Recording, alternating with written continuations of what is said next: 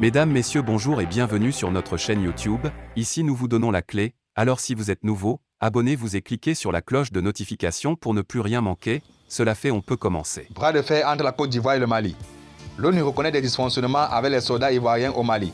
La mission de l'ONU au Mali, MINUSMA, a reconnu des dysfonctionnements après la demande d'explication de la junte sur la situation de 49 militaires ivoiriens détenus depuis 2 semaines, accusés d'être des mercenaires par Bamako, dans une note consultée par l'AFP et authentifiée lundi auprès du gouvernement malien.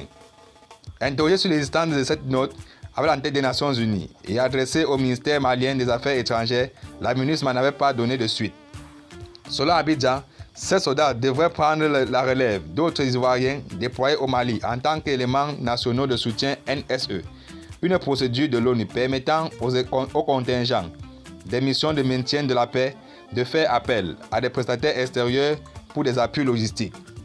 S'exprimant vendredi en Afrique du Sud, le président Alassane Ouattara a exigé la libération de ces soldats qui, selon lui, ont été injustement arrêtés et aussi exhorté les Nations Unies à faire la lumière sur cette affaire. Il apparaît que certaines mesures n'ont pas été suivies et la mission s'efforce de mieux comprendre comment ces dysfonctionnements ont pu se produire afin d'éviter qu'ils ne se reproduisent à l'avenir, a déclaré la MINUSMA.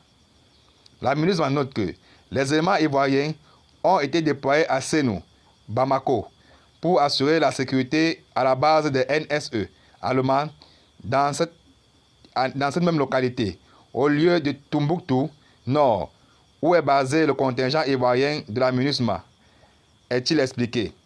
La MINUSMA n'a pas connaissance d'un contrat entre l'Allemagne et des tiers pour la protection de la base allemande de NSE, poursuit la note verbale. Elle précise aussi qu'elle n'a pas été informée de la présence et du nombre de NSE de la Côte d'Ivoire. Cependant, en recoupant des documents internes, la MINUSMA estime que le détachement ivoirien s'élève à 50 hommes et femmes. Le Mali et la Côte d'Ivoire se sont tournés vers une médiation togolaise pour trouver un dénouement rapide à la crise. Ces arrestations sont intervenues dans un contexte de friction croissante entre les militaires au pouvoir à Bamako et leurs partenaires. Mercredi, les autorités maliennes ont ordonné l'expulsion du porte-parole de l'ONU au Mali, Olivier Salgado, lui reprochant d'avoir posté sur le réseau social Twitter des informations inacceptables, corroborant la version ivoirienne au lendemain de l'arrestation de 49 soldats. Le Mali, pays enclavé au cœur du Sahel, a été le théâtre de 2 coups d'État militaires en août 2020 et en mai 2021. La crise politique va de pair avec une grave crise sécuritaire en cours depuis le déclenchement en 2012 d'insurrections indépendantistes et d'actions djihadistes sanglantes dans le Nord. Merci de nous avoir suivis et surtout, abonnez-vous pour plus d'informations.